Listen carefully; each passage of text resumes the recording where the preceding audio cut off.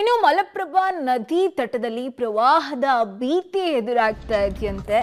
ಘಟಪ್ರಭಾ, ಕೃಷ್ಣ, ದೂದ್ಗಂಗಾ, ವೇದ್ಗಂಗಾ ಅಬ್ಬರಿಸಿ ಬೊಬ್ಬರಿತಾ ಇದೆ. ಇದೀಗ ಮಲಪ್ರಭಾ ನದಿ ತಟದಲ್ಲೂ ಕೂಡ ಪ್ರವಾಹದ ಭೀತಿ ಎದುರಾಗಿದೆ ಅನ್ನೋ ಮಾಹಿತಿ ಸದ್ಯಕ್ಕೆ ಲಭ್ಯವಾಗ್ತಾ ಇರುವಂಥದ್ದು. ನವಿಲು ತೀರ್ಥ ಡ್ಯಾಂನಿಂದ 1,000 ಕ್ಯೂಸೆಕ್ ನೀರನ್ನ ರಿಲೀಸ್ ಮಾಡಲಾಗ್ತಾ ಇದೆ. ಜಲಾಶಯ ಬಹುತೇಕ ಭರ್ತಿ ಹಿನ್ನೆಲೆಯಲ್ಲಿ ನದಿಗೆ ನೀರನ್ನ ಈಗ ರಿಲೀಸ್ ಮಾಡಲಾಗ್ತಾ ಇರುವಂಥದ್ದು. ಖಾನಾಪುರ, ಕಣಕುಂಬಿ ಭಾಗದಲ್ಲಿ ಭಾರಿ ಮಳೆ ಹಿನ್ನೆಲೆಯಲ್ಲಿ ಬಹುತೇಕ ಡ್ಯಾಂಗಳು ಈಗ ಭರ್ತಿ ಆಗಿರುವಂಥದ್ದು. ಇದೇ ಹಿನ್ನೆಲೆಯಲ್ಲಿ ಈಗ ನದಿಗಳಿಗೆ ನೀರನ್ನ ಬಿಡಲಾಗ್ತಾ ಇದೆ. ವಿಜುವಲ್ಸ್ ನಲ್ಲಿ ನೀವು ಕೂಡ ಗಮನಿಸ್ತಾ ಇದ್ದೀರಾ.